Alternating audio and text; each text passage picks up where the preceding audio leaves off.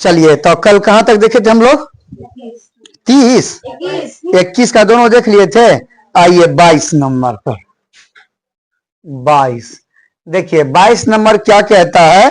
22 number बोल रहा है कि एक उदंड खंभे के ऊपर का भाग सफेद एवं निचला भाग काला है। जमीन पर 10 मीटर की दूरी पर स्थित एक बिंदु पर दोनों भाग 30 डिग्री का बराबर कोण बनाते हैं तो सफेद भाग की लंबाई ज्ञात करें। देखिए तो पहला आप ग्राफ बनाएंगे, इसका चित्र करने का मतलब तो बताइए। एक उदग्र खंभा है, बना दिए है ना। ये 10 मीटर की दूरी पर, देखिए 10 मीटर का दूरी भी हो गया। कहता है इसका कुछ भाग जो है ऊपर का वो सफेद है, तो हम मान लेते हैं यहां से ऊपर यहां तक ये क्या भाग है, ये भाग सफेद है, सफेद। और नीचे का जो भाग है इससे वो भाग क्या है, काला है। अब ये नहीं बोला है कि आधा भाग सफेद है और आधा भाग काला है, कुछ भाग सफेद है और कुछ भाग काला है। और कहता है दोनों जब 10 मीटर दूरी पर मिलता है तो 30 डिग्री का कोण बनाता है। ये भी 30 डिग्री का बनाता है और ये भी 30 डिग्री का ही कोण। कितना दूरी पर, 10 मीटर की दूरी पर, यहां से यहां पर। तो चलिए अब हम जो है क्या करते हैं, पहले बिंदु सब मानते हैं। ए, यहां पर बी, सी और डी, ये जो बोला वो बोला। अब हमारा काम क्या है इसमें कि हम क्या लगाए, सोचेंगे पहले चित्र बनाने के बाद कि हमें क्या ज्ञात करने के लिए बोला है।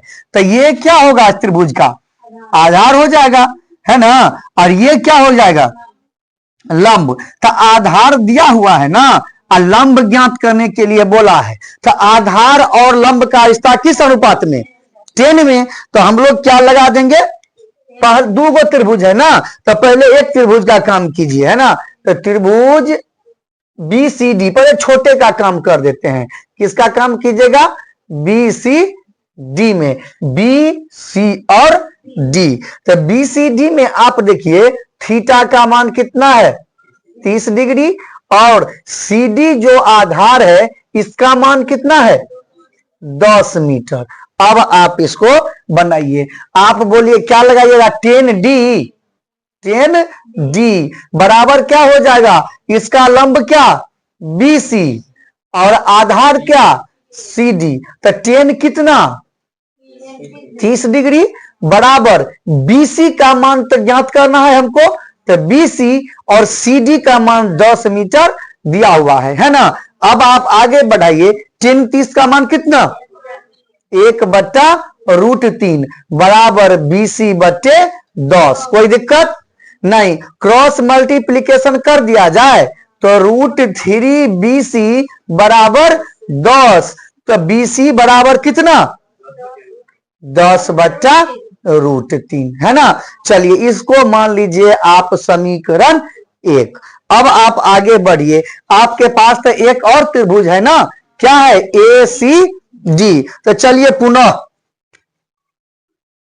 कहां पर, त्रिभुज ACD में, है ना। क्या हो जाएगा, थीटा का मान, ये 30 डिग्री इसके लिए और 30 डिग्री इसके लिए। तो पूरा त्रिभुज है ये, तो पूरा त्रिभुज में 30 ये और 30 ये, तो कुल कितना हो गया, 60 डिग्री। तो त्रिभुज ACD में थीटा का मान हो जाएगा 60 डिग्री और CD का मान जितना है वो उतना ही रहेगा, ठीक है।